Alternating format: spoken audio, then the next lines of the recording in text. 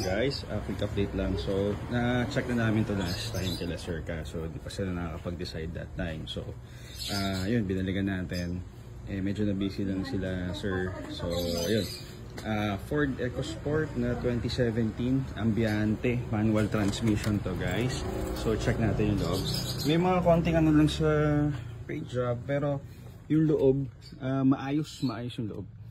Ayan, quick preview lang tayo guys. At hindi kami pwedeng mag-video ng payapa at for data privacy syempre. So, ito naman is pinaalam namin.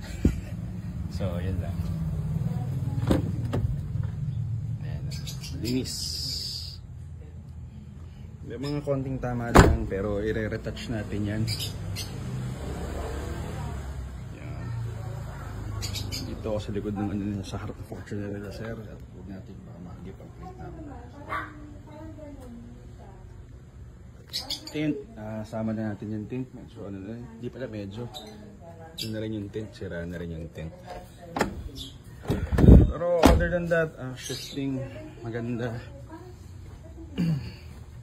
Yung temp maganda so far, pero sira kasi resistor block nito. So may tendency na mag-overheat talaga to. Pero yun nga, hopefully wala naman, nabata na lang natin para hindi magkaroon ng problem. Worst case, if abot sa ganun, stop natin, patopin natin para hindi na magkaroon ng further damages. So, yun lang.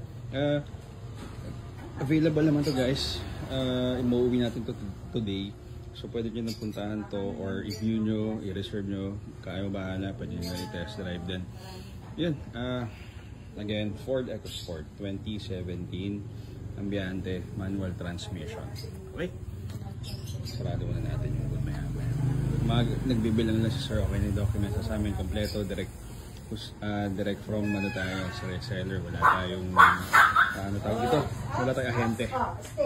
So, yun lang guys. First owner to. Ayan, so stopover muna kami, nagpagasi freshness. So far, ganda naman takbo, yung clutch hindi pa matigas, pero syempre, ang mileage ito is parang 70 to 80 na rin, due na rin for heavy PMS to. So, sabay na rin natin yung clutch, check natin yung sa timing belt niya, baka due na rin for the timing, PMS. So far, yung pang-ilalim naman niya, maganda naman, walang kalampa, wala lang ngit-ngit, or kahit anong tunog, pag sa lubak, sa humps, okay naman siya. So, yun nga lang yung temperature niya, taas baba. Naalala ko nung chinek namin to is may problem to sa resistor block kasi nag-high fan siya bigla in a snap, mamatay, mag-high fan, mamatay, mag-high fan. So mga ganyan basic sa amin yan, resistor block lang yan, pero syempre may risk pa rin kasi yun ng overheat pag ganon.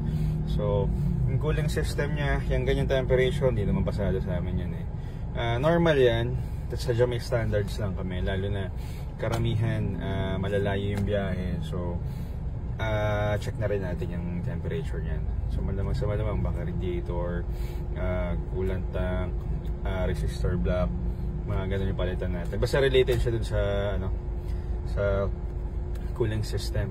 So yun lang guys. Pero overall yung kotse maganda. Maganda humatak, maganda yung shifting. Manual kasi. So ayan siya. Ganda ng loob, alaga din nila sir. Parang extra carling din kasi nila to pero alaga rin naman. So yun lang guys, sibat na kami at mag-drive na kami. Thank you.